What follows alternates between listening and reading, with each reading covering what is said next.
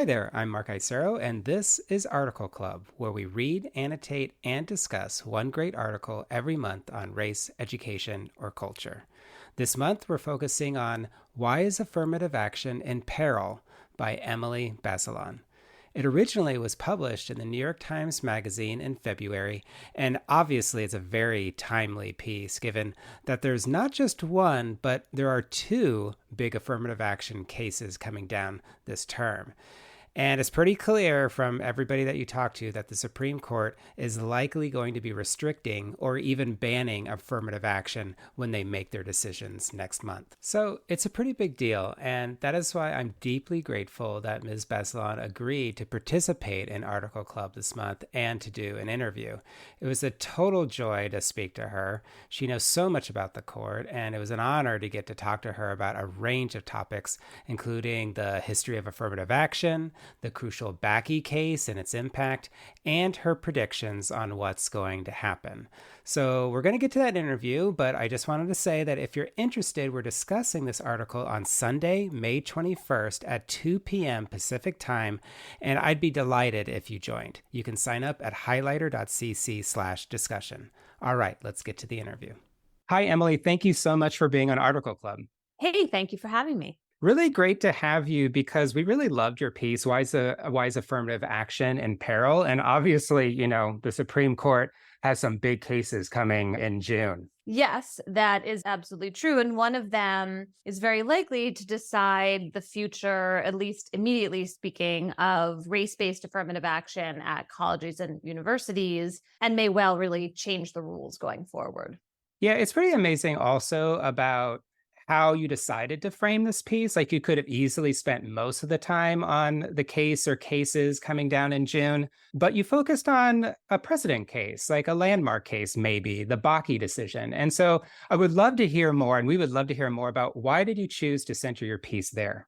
Well, I wanted to look at the history of affirmative action and understand its origins in U.S. law, and also to understand this particular choice that the Supreme Court made in 1978. So this case, Bakke, as it's known, is the first major ruling by the court. And it's very unusual because there is a split. It's called a 4-1-4 split, which means that instead of having a kind of clean majority for a single holding, there are actually weirdly kind of two majorities. There's one majority for saying that a quota-based affirmative action system is not allowed. The second ruling in Bakke is more liberal majority joined by Justice Powell, who is a particular figure. He's not really a centrist exactly, but he is the swing justice in this case. And he upholds a very particular kind of affirmative action that is holistic and individual in the way that universities look at students.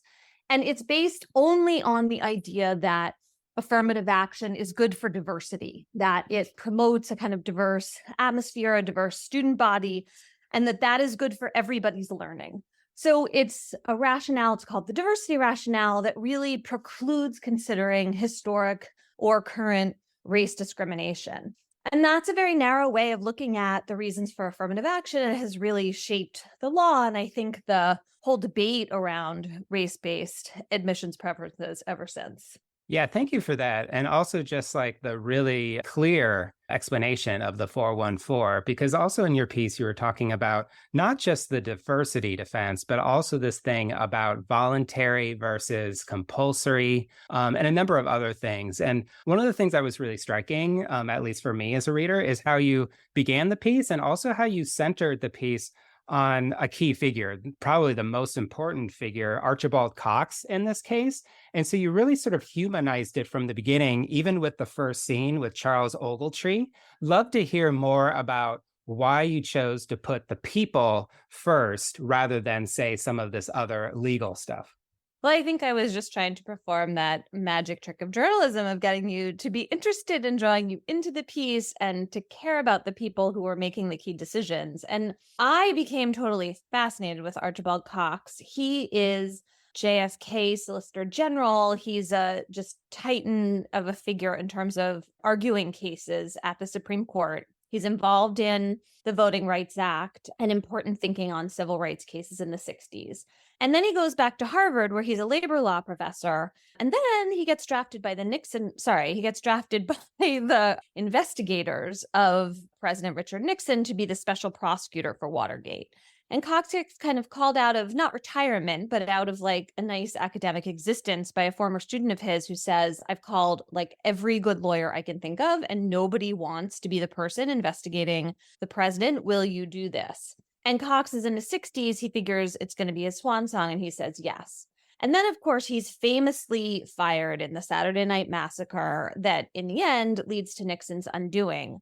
But there is a several-month period in which it's not at all clear he's going to emerge as the hero of that story. And in that interim, the Supreme Court decides to hear Bakke.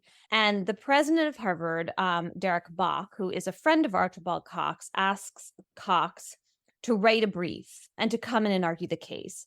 And in fact, Cox has already been involved in a previous case that didn't go to the Supreme Court. And he makes two arguments in both of these cases. One is the kind of classic historic discrimination argument for affirmative action. And the second is this diversity rationale that's based on the way that Harvard does admissions, in which they claim that they look at all the attributes of students and they factor in race the same way they might factor in like being a poor farm boy or an amazing violin player, that it's like one factor among many. And Cox is doing a kind of classic thing that lawyers do, which is to offer alternative arguments for the outcome that you want.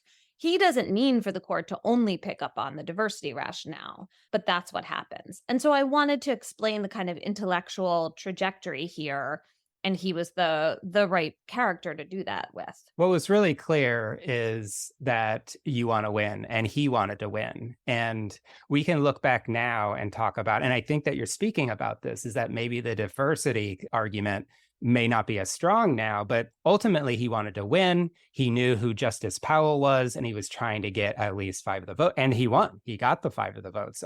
Would you characterize, like, is that typical for folks who are litigating at the Supreme Court? And is really the court like these 9 people and you're just trying to get 5 votes? Yes, I think that is a smart point. Yes, it's typical. Yes, they are 9 people. You're trying to get 5 votes. And when you're the advocate in that situation, you don't have the luxury necessarily of only presenting the rationale that you would prefer, right? You're trying to cobble together a majority. And I think you're exactly right that so Lewis Powell was from Virginia. He'd been the head of the Richmond School District at a time, of the school board at a time when the Richmond School District refused to desegregate effectively. There are thousands of kids in Richmond schools when Powell leaves office, and I think 2 of them were Black. I mean, it's really just an amazing failure. And this is at the end of the 1960s, years after Brown versus Board of Education, the school desegregation case from the Supreme Court. So Cox had plenty of reason to think that Powell was not going to be an easy vote to get. And there were other potential swing votes on the court at that moment. Justice John Paul Stevens had just been appointed by Nixon. I think Cox thought he was possible. One of the kind of, I don't know if irony is the right word, but one feature of this case is that Stevens, during his time on the court, became quite a staunch liberal. And I think if Bakke had been decided a few years later, he would have been a 5th vote, probably for the historic discrimination rationale, like the whole kit and caboodle of affirmative action. But that was not to be in 1978. And so what you see here is Cox like doing the best he can to find 5 votes and to save affirmative action, which looks pretty doomed.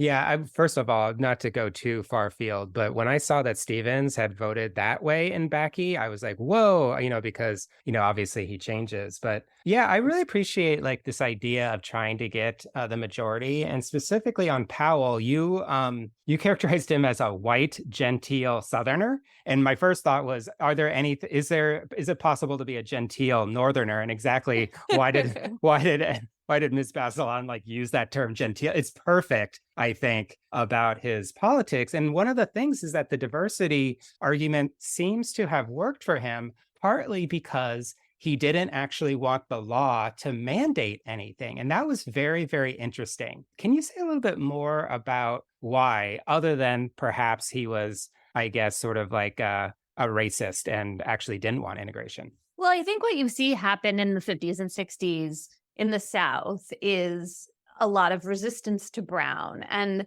Powell has a kind of front row seat to this. He's participating in trying to run the Richmond schools. And he is not a fan of overt resistance, right? That's like not genteel. That's like people, railing against Black students. He doesn't have any interest in that. But he also is bridling at the compulsory or mandatory desegregation that Southern K through 12 schools are being asked to participate in. And he doesn't think it's going to work. I don't think we really know all of what his antipathy is about, but he's like a very traditional person. He gives a bunch of speeches in which he's talking about radicals taking over universities. He's like worried about the Black Panthers. This is like the 1960s, and people like him who are traditionalists are feeling very threatened. So when he gets to the court, Bakke is one of the first big cases to come his way. At the end of his life, he said he thought it was his most important decision. And he's kind of looking for a way out.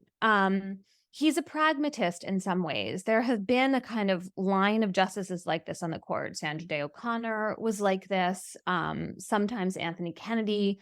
There are people who are in some ways deeply conservative and Republican appointees, but they also have some sense that they need to find some kind of compromise that the nation can live with. And this was what Powell thought he was doing with this diversity rationale in Bakke. Yeah, I loved in the piece in the middle, you're talking about how there's a fundamental American tension between prizing individual achievement and promoting the collective spirit of the nation's egalitarian promise, between the call to be colorblind and the call not to be blind to racism. And I just feel like Bakke is just really at the center of it. But I taught government a little bit as a teacher, and I, of course, know a little bit about the 14th Amendment and the idea of strict scrutiny. And I still don't totally understand where diversity came from, especially as a compelling interest. And I was thinking last year we focused on this piece about Roe right before the Dobbs decision. And it just seems like the privacy thing in Roe might be very similar to the diversity thing here. Would you agree with that?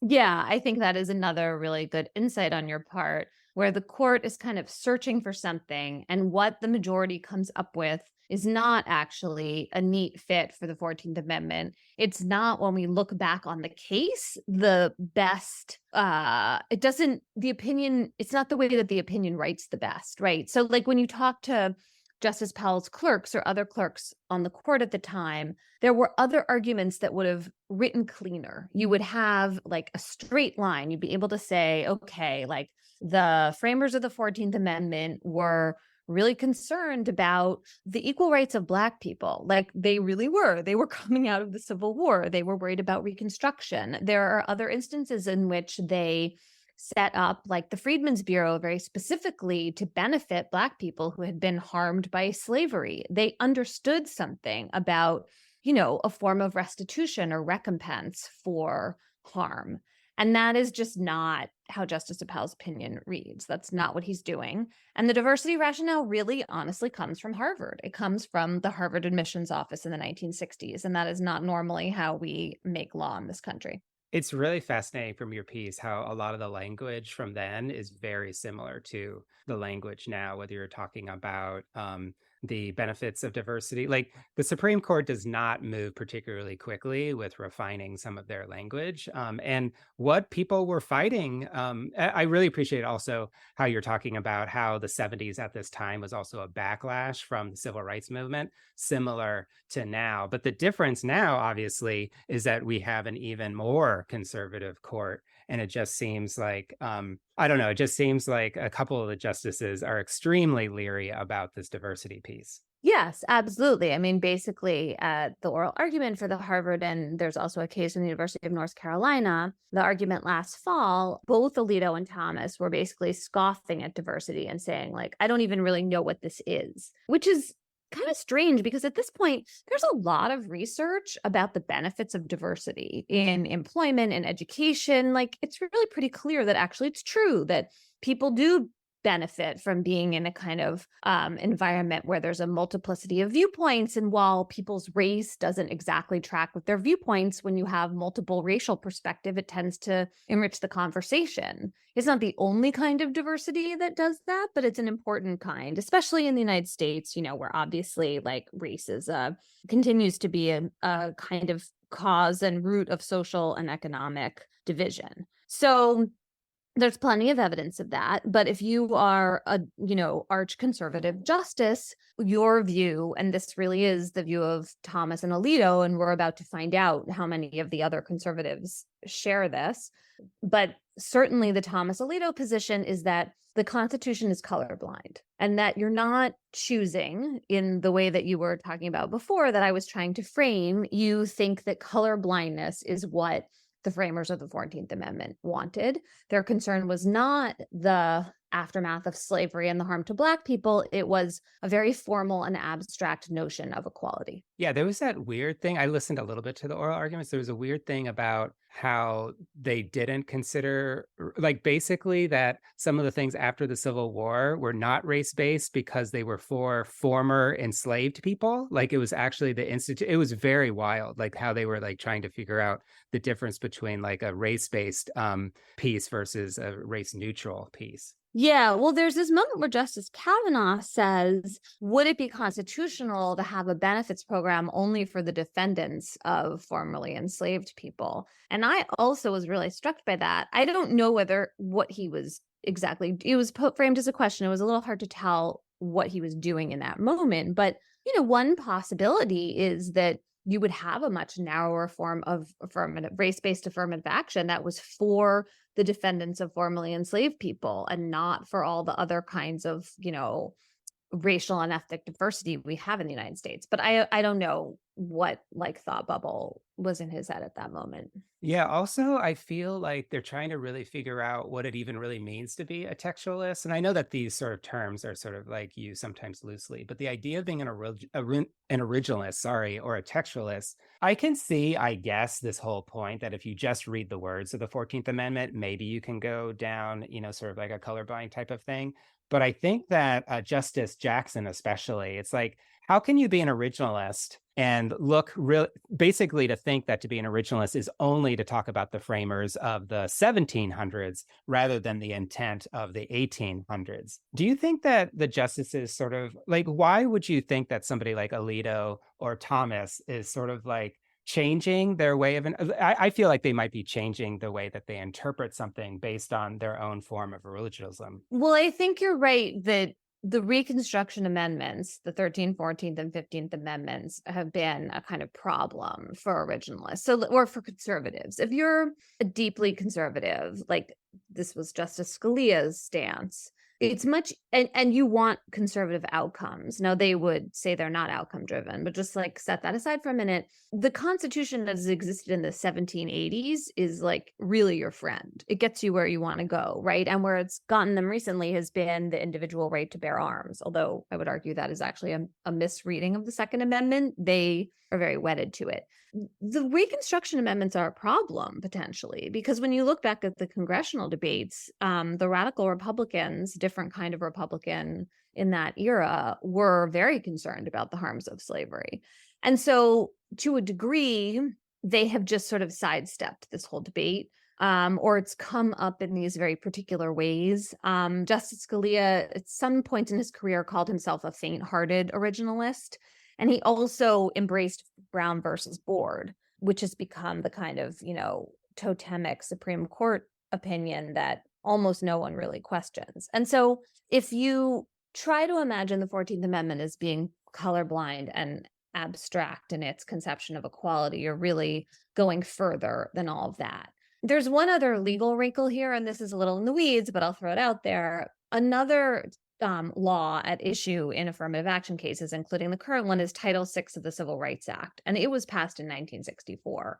And the legislative debate about Title VI has some stuff about remedying past discrimination in it, which was very important to Thurgood Marshall, who is another important character and justice in the Bakke debate. But it also has a more formal, colorblind, abstract notion in the legislative history. And I wonder if the Supreme Court is going to rest all or part of its current decisions on Title VI as a way of just kind of escaping the debate over the origins of the 14th Amendment. Yeah, I was reading about that too, and I was like, oh wow, I didn't know very much about that. And it just seems like they are trying to figure out a way. And I think it's because they, like maybe a lot of Americans, are just really interested in all of this going away, meaning racism going away, meaning the moral and historical pieces going away.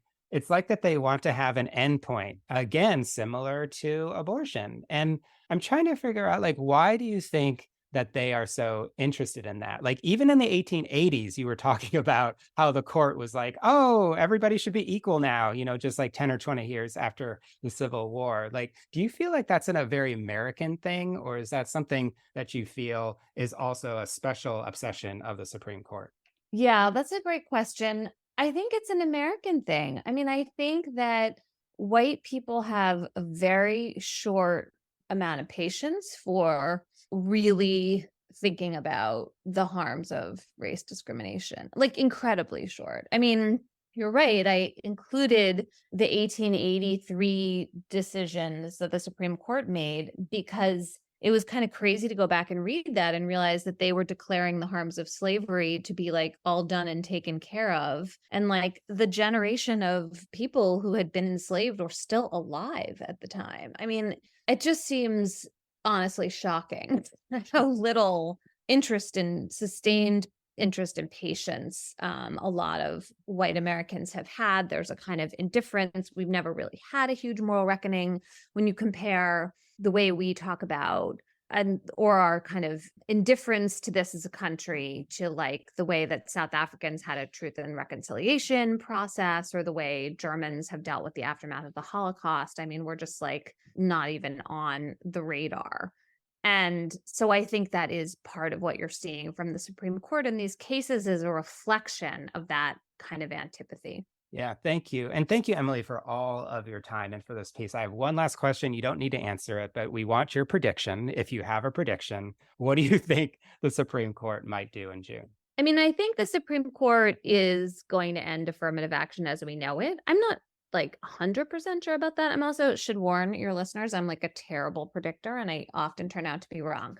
But I did not see at oral argument interest in sustaining the current model. And the current model has some problems. Let's be clear. Like when you pick apart the way Harvard does admissions, and I'm not even talking about the race part, just the way the sausage is made with the athletes and the legacy and the wealthy donors' kids, like it's not pretty. And so the conservatives have plenty to work with there. And I think the big question is going to be, what kind of room does the court make for continuing to take into effect factors like socioeconomics, which to some degree correlate with race in this country in a way that could allow some racial diversity to continue. I think there's going to be some wiggle room. It was pretty clear from Justice Barrett and I think Kavanaugh's questions and Chief Justice Roberts that, for example, schools would still be able to ask applicants about overcoming adversity. And if your answer had to do with race discrimination, you would be able to write about that and schools would be able to credit that. And give you, a kind of like a leg up is the wrong word because that suggests something I don't mean, but like they would be able to say like, oh, well, that counts. And that's a kid we want to have here. So I don't think it's going to we're going to move to some pure merit-based system, nor do I think that even such a system is possible, honestly, or would be a good thing. But I do think college admissions is likely to change. I also think that this decision is likely to spawn more litigation because schools are going to have some signals about what to do next. They're going to try different things. What if Harvard and UNC, what if their numbers don't change that much? Like, what if they figure out other ways to keep the same kind of demographic class they have now, they're going to get sued again. And then we're going to find out more about what the court really meant. So I think the court, this is another similarity in the abortion case last year. The court said basically, like, we're trying to get out of the business of deciding abortion cases. But in fact, like, the court is right back in the middle of it. And I think that's likely to happen in this domain as well. Yeah. Thank you so much, Emily, for your piece, as well as for sharing all your views here. Thank you so much for doing this. You're very welcome. Thanks for your great questions. I want to thank Emily Bazelon one more time. I'm deeply grateful. Thank you so much for doing Article Club, and also thank you for your outstanding article. Also, I'm deeply appreciative to all of you for listening to this interview, and I hope that you appreciate the article, as well as join us at our discussion coming up on May 21st. Everybody, I hope you have a great week.